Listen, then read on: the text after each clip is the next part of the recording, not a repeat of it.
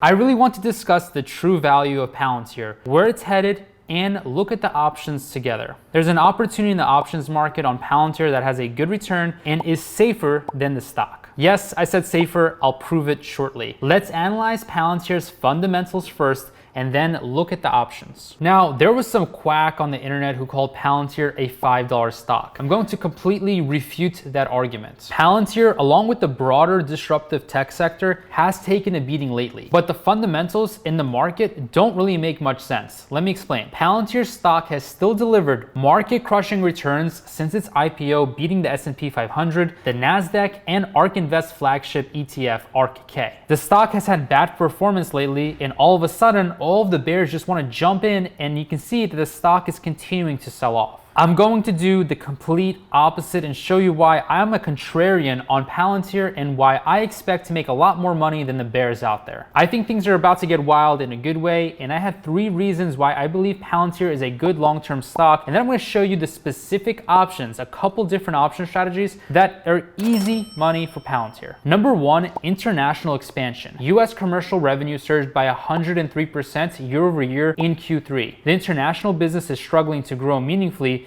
despite accounting for about 50% of the company's revenue. This is placing a heavy drag on the company's headline numbers, which is making Wall Street feel this tingly feeling in their stomach and making them all upset in the short term. Alex Karp recently made a special Happy New Year video addressing the nation of Japan and one of its main clients in the country in a likely effort to win more business from the country. Alex Karp is really thinking about the international market. Now, management has also mentioned the international commercial revenue is accelerating. Essentially, Palantir has a call option on the international market as growth continues abroad. Second reason you need to know is Palantir is so popular on social media, and that's because the smart people get that it has a wide moat. When trying to win contracts with government agencies, it is absolutely essential that you have key relationships in place where decisions are made and budget funds are allocated. It is also essential that you have a reputation for successful execution. I'm not worried about Palantir's stock price as long as they continue building relationships. Palantir has already been doing business with the US government for nearly 2 decades and has built up significant credibility for its ability to deliver trustworthy and effective products consistently. Now, the third and last thing, the total addressable market for Palantir is already estimated to be at least $120 billion. The company is estimated to generate only $1.5 billion in revenue in 2021. Now, guys, doing the math, we have almost a 100x opportunity, of course, if Palantir took over the whole market, but even if it took over 10%, that's a $12 billion revenue figure. Analysts expect Palantir to reach about $2 billion in 2022. The size of the opportunity is most important in picking a long-term going stock. That's what I'm looking at. That's what Wall Street told me. That's what my experience and background at Goldman Sachs and a couple different hedge funds has taught me. But honestly, you don't have to be a genius to realize that, right? You don't have to work at a hedge fund or Goldman Sachs to understand that the market is growing. A genius in a business will fail if he runs a laundromat, for example, as that's not a scalable business. You can find the smartest guy on the street and put that A player in that business, but if he does lower level work and it's not scalable, then he can't really make millions of dollars off of one laundromat if he spends all of his time inside the store. Now, on the other hand, a half smart person with some basic technology skills can make tons of money selling drop shipping courses or Amazon FBA courses. I know you guys seen those ads out there all the time. Those people are making significant money. And I'm looking at Palantir as the latter. Even if they execute half effort,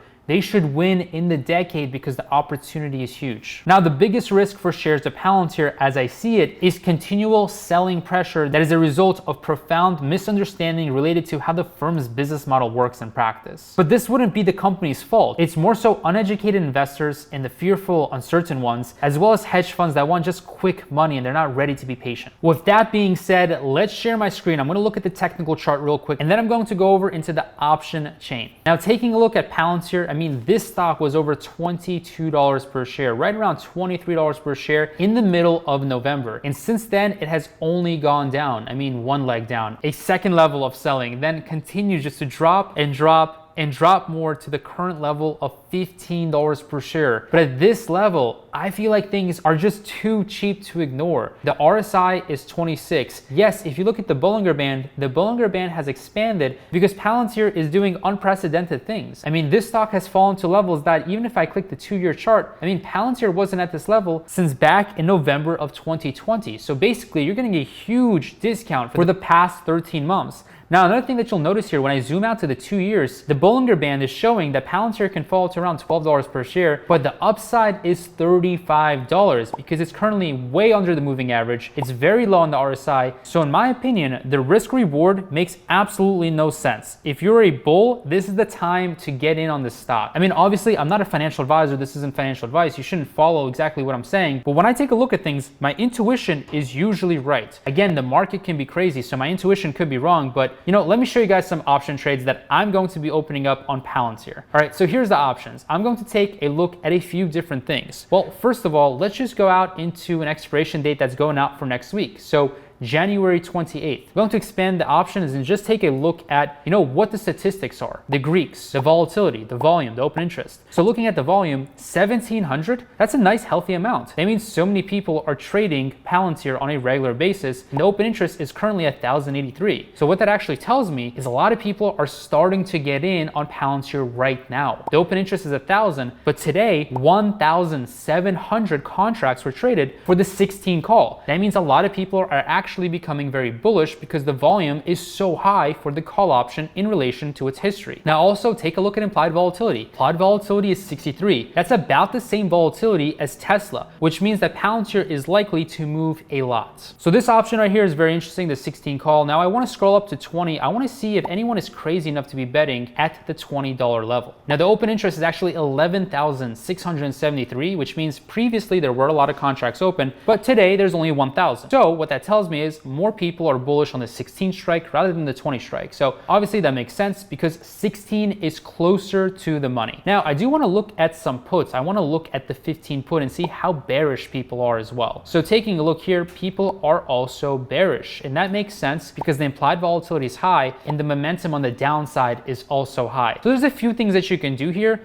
And basically, all of them are going to be good if you're doing this at this point in time because Palantir is already pretty low. There's a few ways to take advantage of this. The first way to take advantage of this, if you're a long-term bull, for me, I'm a long-term bull of Palantir just like I am for NIO, for Tesla, and many other stocks that I have in my portfolio. Now, granted, Tesla is about 76% of my portfolio, and I'm super bullish on that as my main position. But Palantir is another position that I want to add into. I think it makes a lot of sense over the next decade. So looking at sell put option, I'm taking a look at the 15 strike. Now going out for February 18th, which is about 30 days from today, the implied volatility is actually 71. It's even higher. The volume is very healthy. The delta is high. I'm not going to lie. I like to go for deltas around 30, maybe 25. That is a sweet spot, 25 to 35. This is a 43 delta. It's very close to the money. However, look at the premium. The premium is $115. What this means is for the 15 strike,